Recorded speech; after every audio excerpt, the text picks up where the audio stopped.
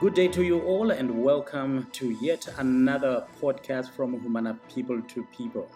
It's June 2021, and I would love to welcome you all to this particular podcast where we are focusing on climate-related hazards having a big impact on the lives of people, especially the poor. The impact are felt severely, especially in developing countries and those countries with less food and water security, as well as a loss of livelihoods. Survival, of course, becomes a real struggle. So we're promoting climate resilient agriculture in areas affected by climate change. Therefore, we realize that it is needed to safeguard food securities and a decent income for those people living in the rural communities. Humana People to People supports small-scale farmers in Africa, Asia, and Central and South America through its innovative clubs, which we call the Farmers Clubs program, which aims to reduce rural poverty, improve food security, and enhance the sustainability of livelihoods and ecosystems. In today's podcast, we've decided to focus on Humana People to People Laos, who are running a sustainable agricultural activity which is impacting well over 5,000 smallholder farmers. But before we move on to that particular discussion where Elton will be taking us through, I would love you to go to our website. You can visit our website at www.humana.org. And I would love and welcome you all to check out our new progress report for 2020, where you will find various stories panning from our thematic areas in health, in education, in the collection and sale of second-hand clothes, as well as community development. All right, so take a back seat and have a good listen and enjoy the conversation between Elton Chinoaita and Fabiano Montfort, who is in Laos. Enjoy. Hello, I wish you are all having a good day.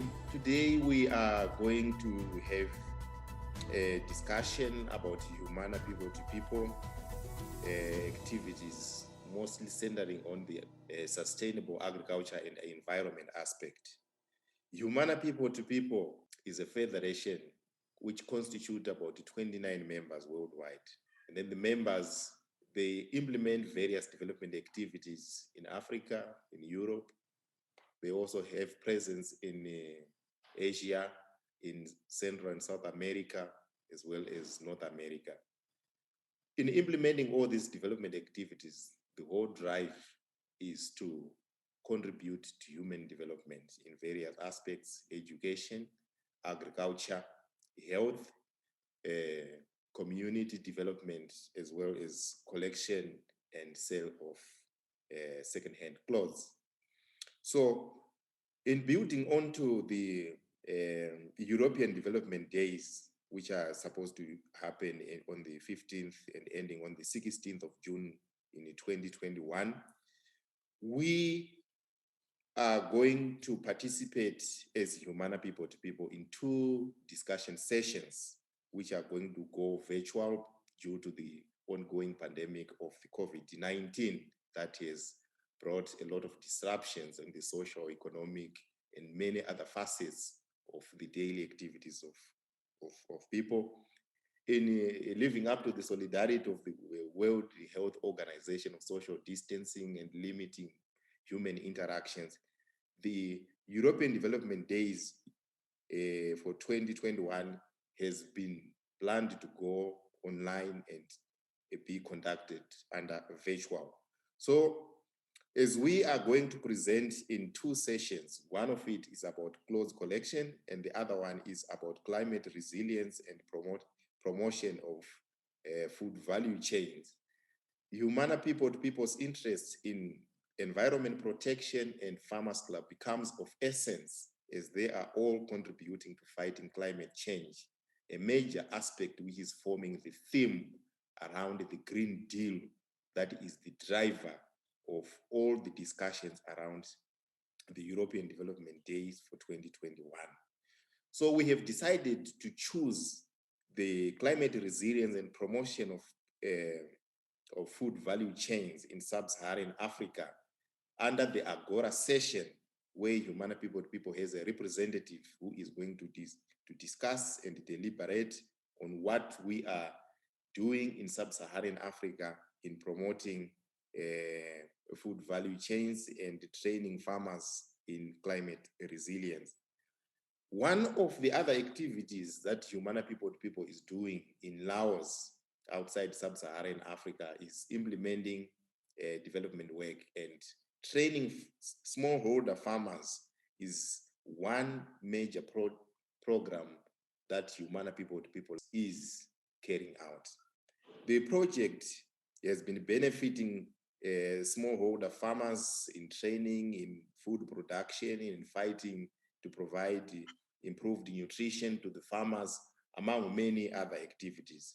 So joining me online, I have Fabiano Montfort implementing the new program in Laos.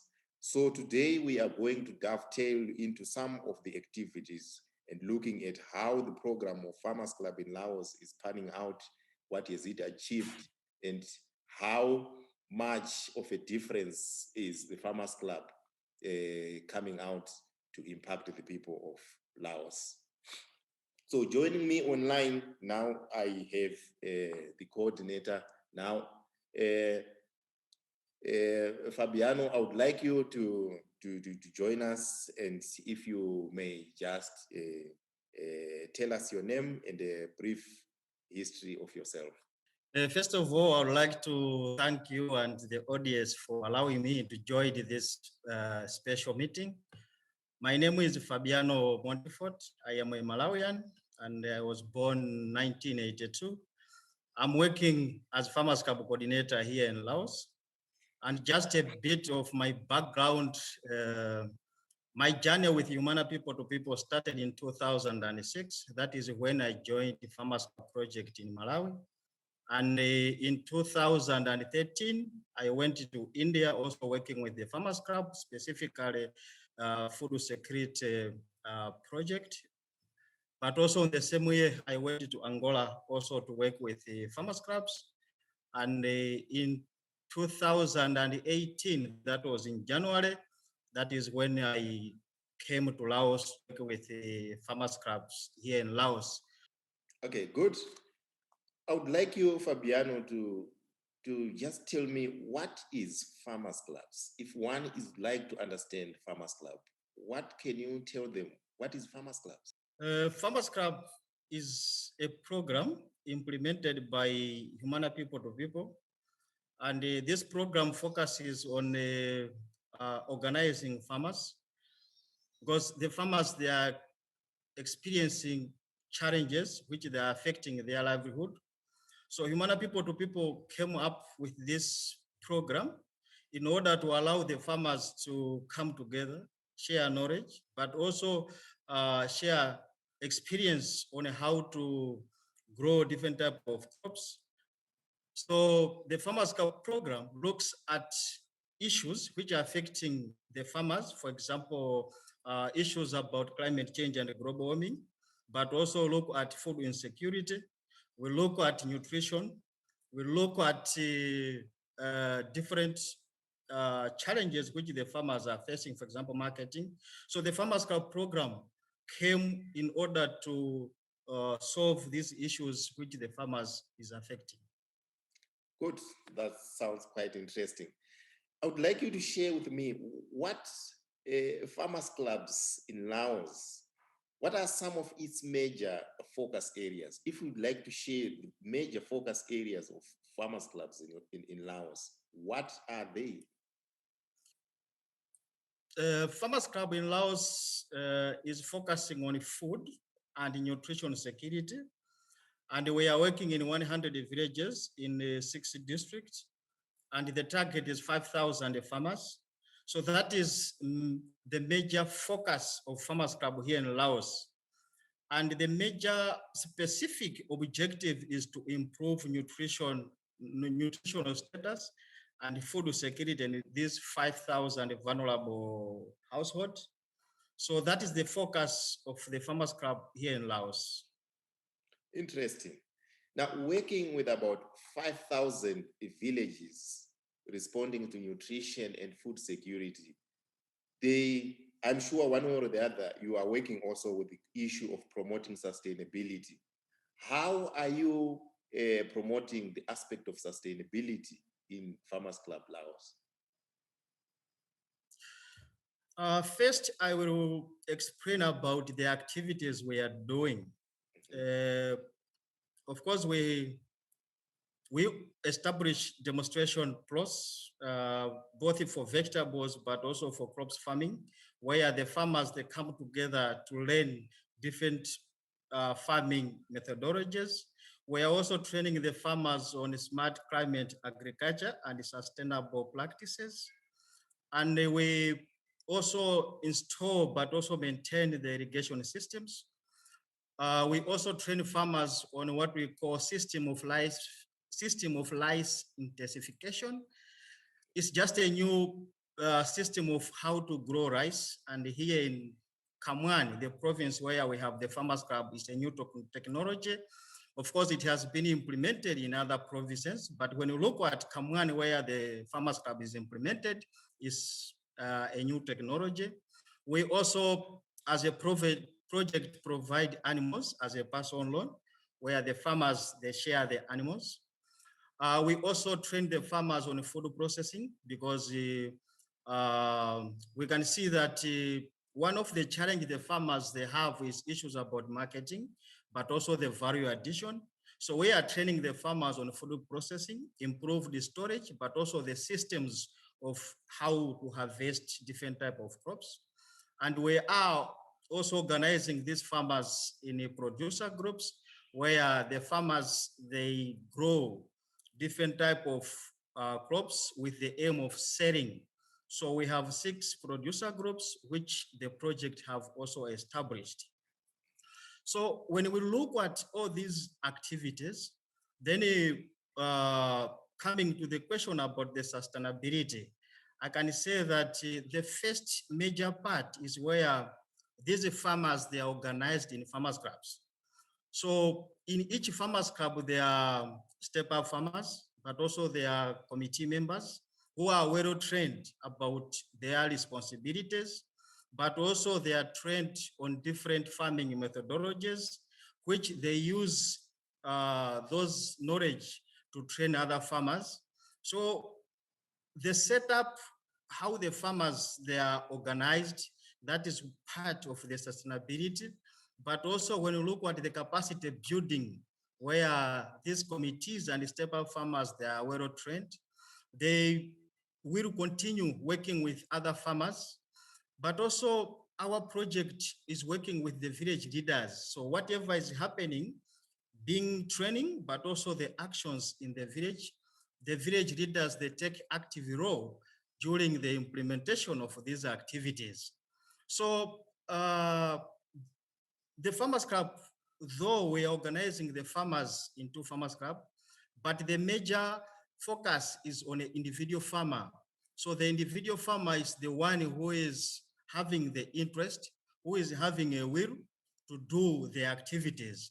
So the farmers, they will be able to continue doing these activities because they have seen the benefit from all the trainings.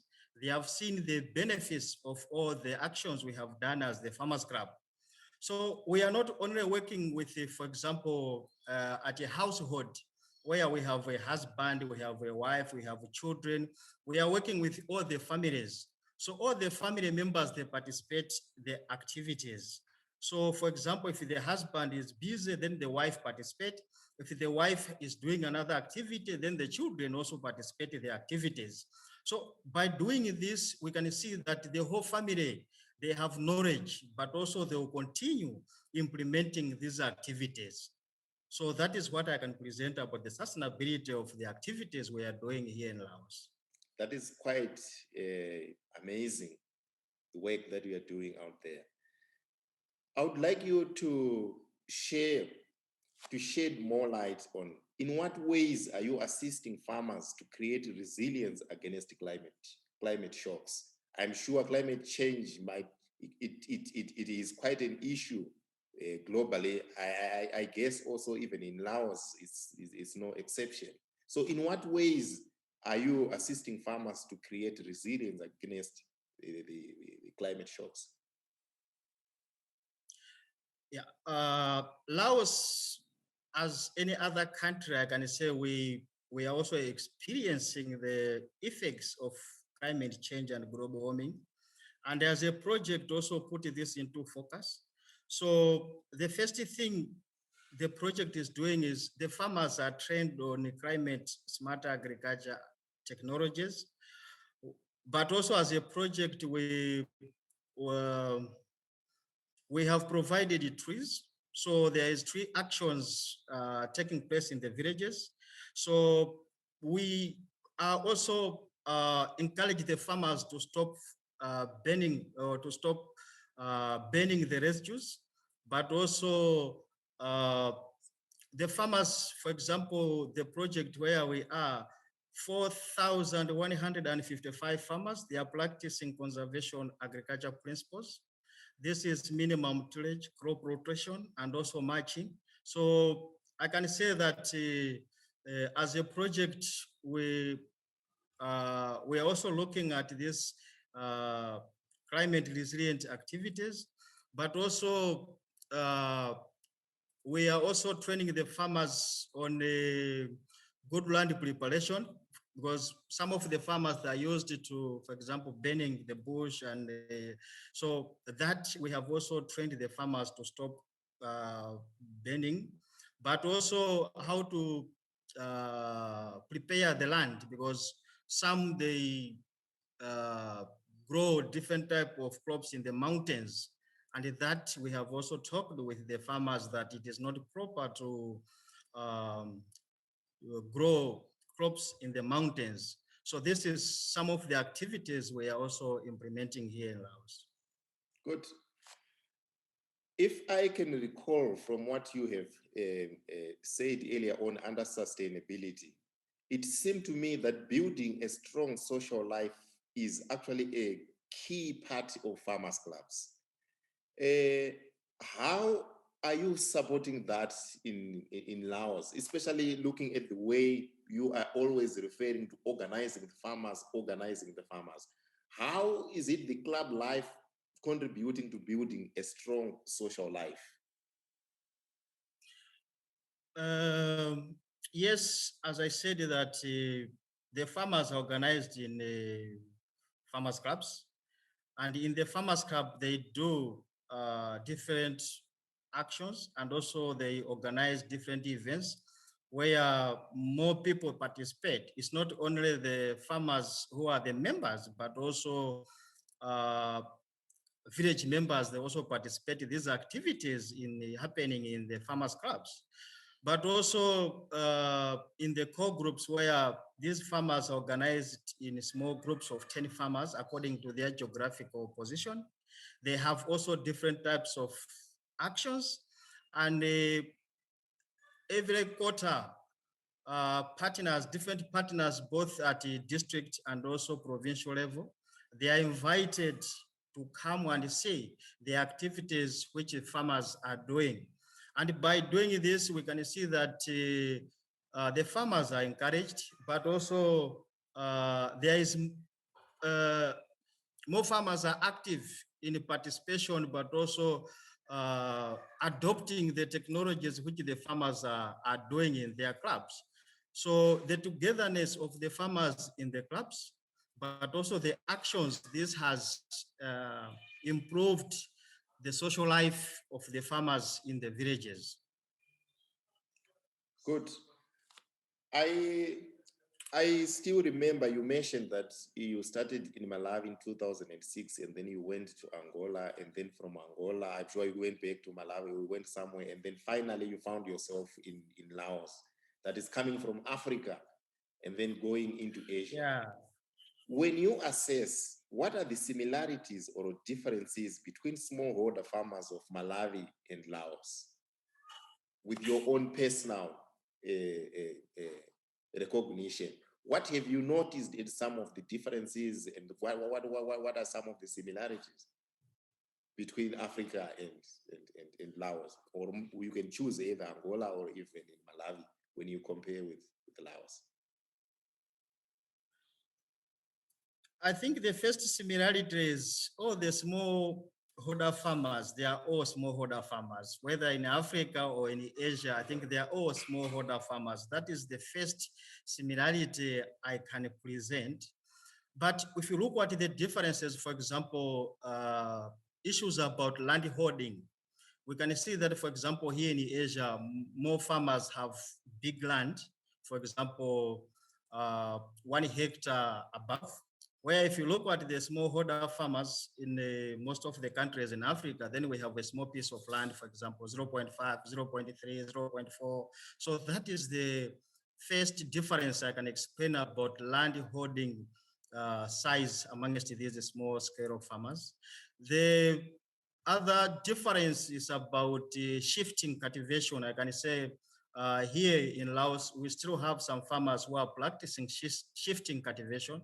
When they have a piece of land, then they are growing different type of crops. Then after some years, when the soil is degraded, then they go to start farming in another new land. Of course, it is happening because in Laos, for example, there are few populations comparing to Africa, for example, Malawi, where I come from, where we have 18 million people, and here there are almost 8 million people, but the land or the country is very big. So the shifting cultivation is also the difference.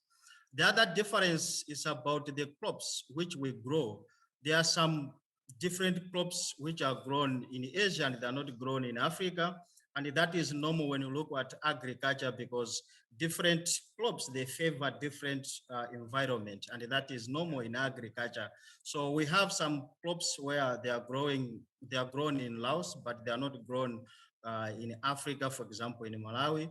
But also when you look at the traditions, it's also different. So I think that is few things I can explain. But the most important thing, all the small scale farmers, they put heart in what they are doing. Both farmers in Africa and farmers here in Laos, they put heart in farming because they know that is where their life belongs. So whatever they are trained, they put it into practice. Good. That's quite a very interesting assessment you have made. Now, when one considers all that you have been here in Africa, you grew up here in Africa, you started your journey in agriculture development activities. How are you using your experiences in facing the new farming realities you are now facing in Laos? I think the first thing which I can present is about my background. My background, I'm a farmer, so I grew farming. I've been farming in my my family, but also I started agriculture. That was school time. When you look at experiences, for example, Malawi, if you look at India, if you look at Angola, and also here, I'm using these experiences in a different beneficial ways. For example, if you look at cropping seasons are different. For example, here in Laos now we are on the rainy season, or where we are preparing to start planting next month, and this month we have started getting the rains. So the cropping season is different, and if you look at in Malawi, they are on winter now, so you can see the difference between the crops seasons first, but also if you look at irrigations, for example, how farmers they use water.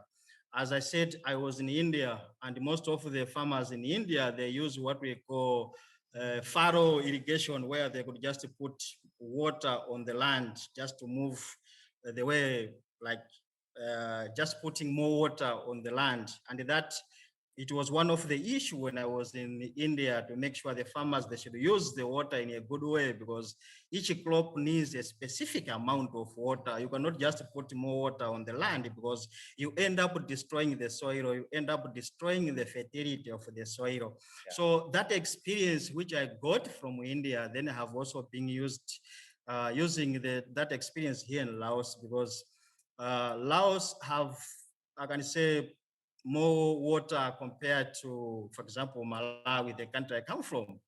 So there are more streams, there are more rivers, and so the issue which, for example, we have been training the farmers is how to use the water, because if they just use the water anyhow, they end up like the water table going down, and at the end, the farmers will not have any water for irrigation. So that experience I've also used here in Laos, how the farmers, they can use the water. Apart from that, if you look at the use of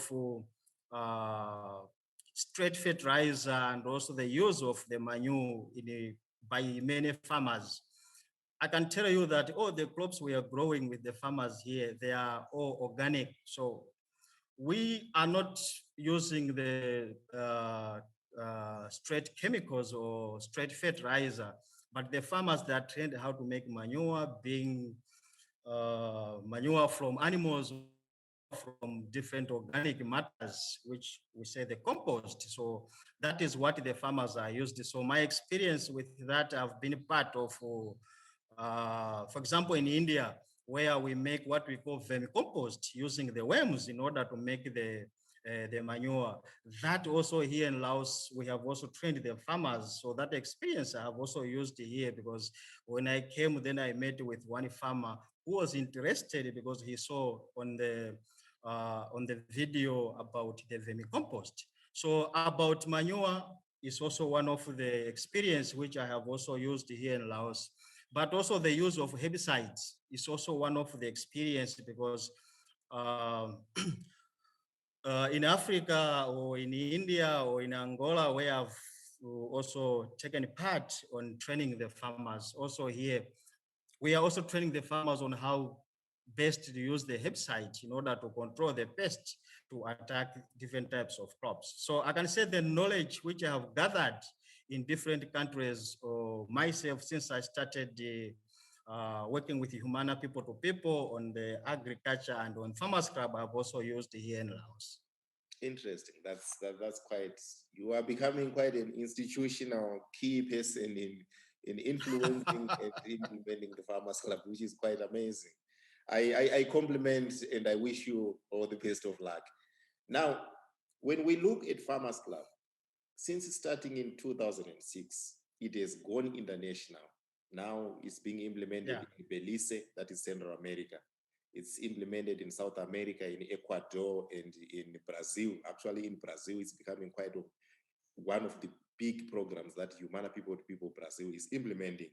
Here in Sub-Saharan Africa, it has been implemented in all the 10 countries that Humana People to People is present in, from Guinea-Bissau, Angola, going all the way down to South Africa, all the way Malawi, and all the other middle countries in between, to also migrating to India and also in China, as well as Laos, one of the new countries Humana People started implementing development work. Looking at Farmers Club becoming a universal program, what are you seeing in this universal program appealing more in Malawi, and what are you recognizing as mostly making a huge difference in how it is assisting the people of Laos, the smallholder farmers specifically, to make a difference in this quest of achieving nutrition, in their quest to achieve food security, and all these other various associated aspects you have mentioned earlier? I think if you look at the farmers clubs, how they are implemented in all the countries, being in Africa, of course, in Europe, but also here in Asian countries, The first unique thing is the farmers, they are organized in farmers clubs. That is the unique thing. In all the farmers, they are organized in farmers clubs. It is because as farmers clubs, we believe when these farmers, they're organized together, then they have power where they can support each other. They have power to support each other, to share experience, to share knowledge, but also they can bargain the issues of price when they want to settle their produce as a group. So in all the countries, you can see the uniqueness is all the farmers, they're organized in clubs. Apart from that, then one of the experience which I've gathered throughout the years is whenever you want to start a farmers club in any other place, first people, they will ask you a question. They will tell you it cannot work. Yeah. Or they will tell you, how can it be done? For example, when I came to Laos, when we were talking about the farmers club, people could say, no, not here in Laos. Here, the farmers cannot work in groups. Here, farmers, they cannot be organized the way you are talking. So I said, but what is the problem? Then they said, no, we are just used to work alone. Then I said, yeah, but working alone, you cannot achieve anything, because when you work as a group, that is where you achieve more and you achieve better things when you work as a group. Yeah. So that was my first step to take them through, because I believe, for example, the farmers, they do what is beneficial to them. When they see the impact, when they see the results, that is when the farmers, they start doing it. If they don't see the results, then they cannot do it. That is special also with the Farmers Club. That's why we have the demonstration plots, where we want the farmers to practice themselves to see the difference of different technologies. Yeah. Then when they see this technology is working, then this is what we do. So if you look at all the countries, you will see their demonstrations, because we don't want to force the farmers to do what they don't want, or what, for example, the farmers, they think it's not good, then they will just say, you do this. So we want the farmers to be part of developing the systems, but also the farming methodologies which they are coming, because nowadays we have different technologies. Yeah. So we give the farmers the opportunity to try out. So that is one of the unique things in all the farmers club in all the countries, where the farmers, they practically try out. Like the first year is much on the training, trying out. Then the second year, they do what is beneficial, what is good. When the farmer, they see the results, and they say, we go for this. So yeah. That has been also happening in Laos, where at the first, when I met with the government agriculture officers, they could say, but Fabiano, how come you do this? Then I was sharing experience in different countries. I was sharing some videos from different countries where Humana people and to people is implementing the Farmers Club program for them to see as example of what the Farmers Club does.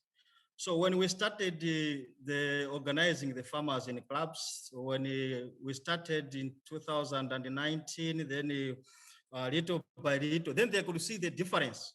For example, one of the unique thing is how the farmers are mobilized.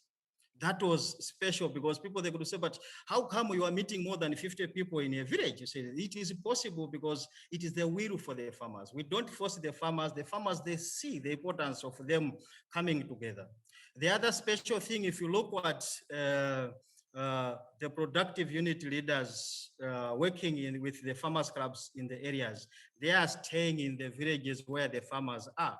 So that is one of the unique things, because then they are part of the villages, they are part of the farmers, they are part of whatever is going on in the villages. So there is connection between the project staff, but also the farmers. So they share the challenges in the villages, and then they come up with the solutions together. It's not that, for example, you tell the farmers, you do this, but we bring the issues on the table, then we discuss, we share the experience. At the end, then we say, let's try this out. So that is one of the uniqueness of the farmers clubs in all the countries, where the project staff, they stay closer with the farmers, they are part of the village, they are part of the problems. So they also try to come up with some solutions in order to come with that. I can tell you there's a big difference now. People, they talk about farmers club, people, they also want the Farmers Club project not to end. They want to continue because they have seen the big results. They have seen improvement amongst the farmers. So that is what has been taking place. So there is uniqueness in Farmers Clubs, the way their farmers are organized, the way the project staff are working, and the way the actions are organized in the villages, the way events are organized in the villages, and the way the farmers, they support each other, share knowledge. I can tell you that that has been a big achievement in terms of capacity buildings amongst the farmers. That is quite a mouthful. But thank you very much for being so much detailed. Now, this brings me into this aspect of when we're looking at the impact of the Farmers Club in Laos. Which are some of the major achievements of Farmers Club Laos? I'll talk about the first big achievement that the farmers, they organized in Farmers Clubs. They were not organized in Farmers Club, and they could hear, yes, farmers, they work in groups or in clubs. They could hear that, but they were not organized in the Farmers Club. So the first achievement, we have managed to organize 100 Farmers Clubs. So all the 5,000 farmers, they are now organized in 100 Farmers Club. Apart from that, then we have established 100 demonstration plots. This is both for vegetables, but also the major crops like rice, where we are training the farmers on rice intensification methodology. And we have also maintained and installed 109 small-scale irrigation systems, where the farmers now they have access to water for irrigation, because this has been an issue in many villages. I remember when I was doing the village mapping in villages, I could ask myself, where do these people get water? Because I could see that there was no water, there was no source of water. And then when I was discussing with the people, they could say, we need water in order for us to grow crops. So this project has managed to install 109 small-scale irrigation, which has made the farmers to have access to water. As the result, the farmers are able now to grow different type of crops twice a year. That is a big achievement. And apart from the small-scale irrigation system, the project also have distributed animals as person loan, where the project has distributed chickens, ducks, pigs, and goats as person loan, and 1,760 they have benefited as a person loan. Those are the first beneficiaries. And if you count with the person loan, then we are coming to 2,750 farmers. So it's also an achievement when we look at the nutrition of people, because they also need the animals to be part of the meal. So that is also another big achievement. Apart from that, then we have also established 10 seed banks, because one of the challenges the farmers are experiencing is the access to better seed for them to grow. Because if they grow anyhow, any type of seed, then there's no better harvest. So we have established 10 seed banks where the farmers are able to produce, but also to store seeds. And those farmers who are nearby, they have access to those better seeds. So that is another achievement we have done here in Laos.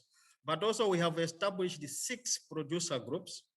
And these 6 producer groups, they are recognized by the Department of Agriculture, because the training and all the registration is done together with the Ministry of Agriculture. So the whole idea is for the farmers to have access to the market, because if one individual farmer wants to sell to the market, then he cannot manage, because one, he needs to look at to have sustainable production in his field.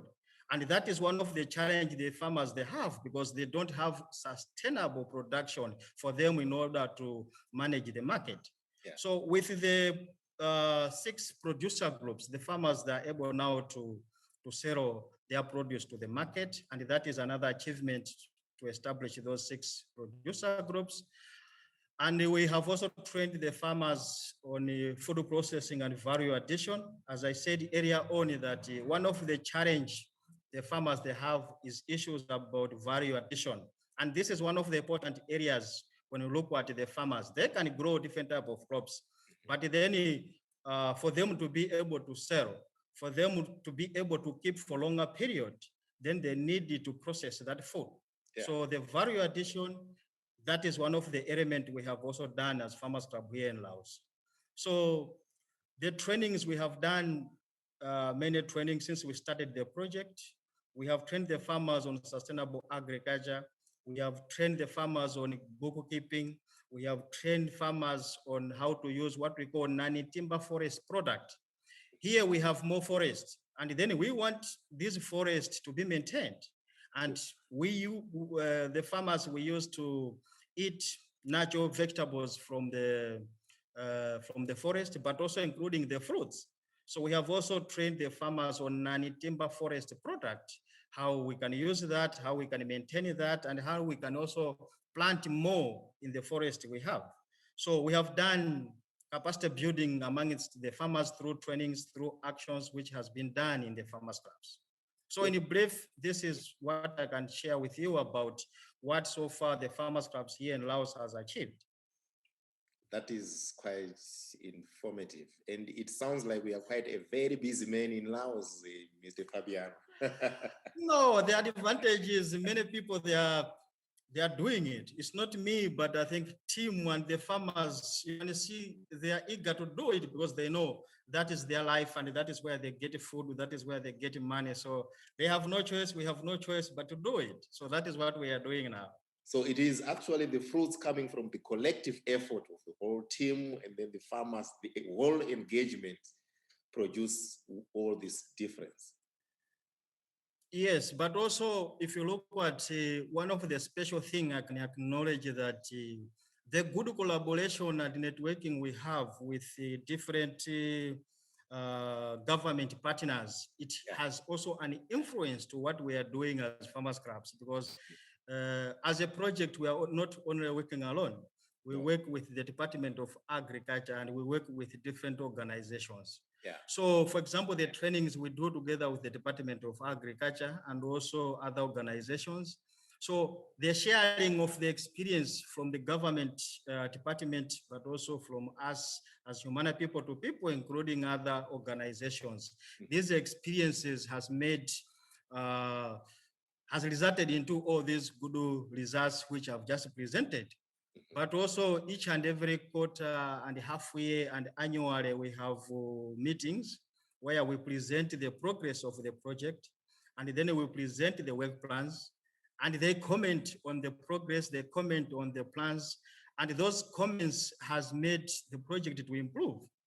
And also we have visit where we invite the government people and other partners and also other organizations to come and see what the farmers are doing.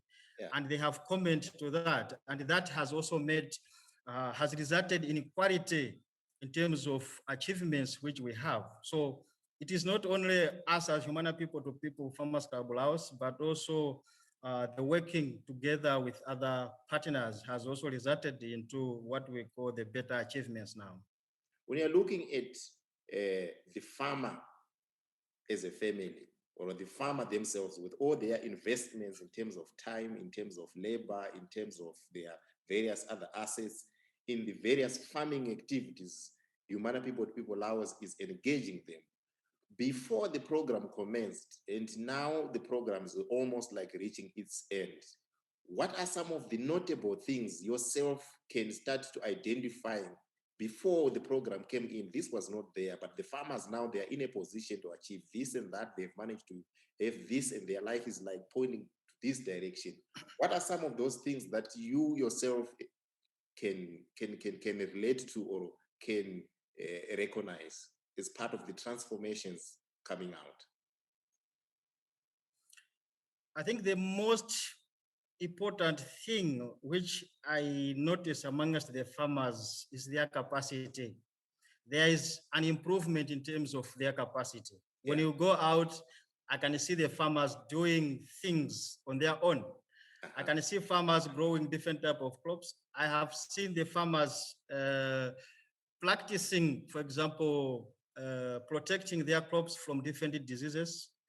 So the first the most important thing I can say is the capacity of the farmers has improved, and that makes me very happy, because I'm very happy when I see the farmers doing themselves, because from the word go, we tell them the project will finish. And us as Humana People to People, because our project is funded by European Union and is for 3 years and is ending this year in August. And then the farmers, they'll continue. So the knowledge which they have, they're able to use. I think that is the most important thing. Yeah. As I said, when I went out, that was in 2018, I could not more gardens in the villages, but now I'm able to see more gardens, because from the demonstrations which we have been having as a project, I can see that the farmers are practicing that. The crop diversification which they have been trained, I can see they are growing more than 10 types of crops. And that makes me happy, because when they are growing more than 10 types of crops, it means they have nutrition food, because that is one of our element about nutrition. But also when I look at the value addition, they are processing the vegetables. You can see even in the market, they are able to process their food and sell in the market. So I'm able to see. But all this is coming from the knowledge which they got from the project. So the most important thing is that. But also I can see that if, for example, they're able to use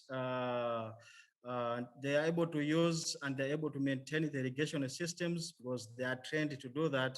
And that is very good, because they can do themselves. So one of the important things is I can see the farmers doing what they have been trained through the farmers clubs, and that makes me very happy. That's quite inspiring. Do you have any message you want to share with our audience before we come to an end? Anything else you just want to share?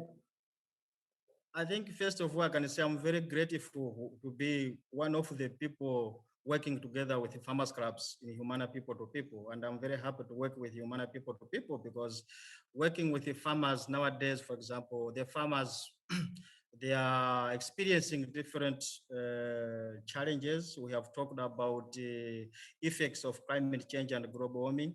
We have issues about marketing issues. We have issues about knowledge, how they can grow different type of crops. And we know there is a hunger all over the world and in many countries. So there is a need for us to come together and to work together with the farmers in order for their lives to improve.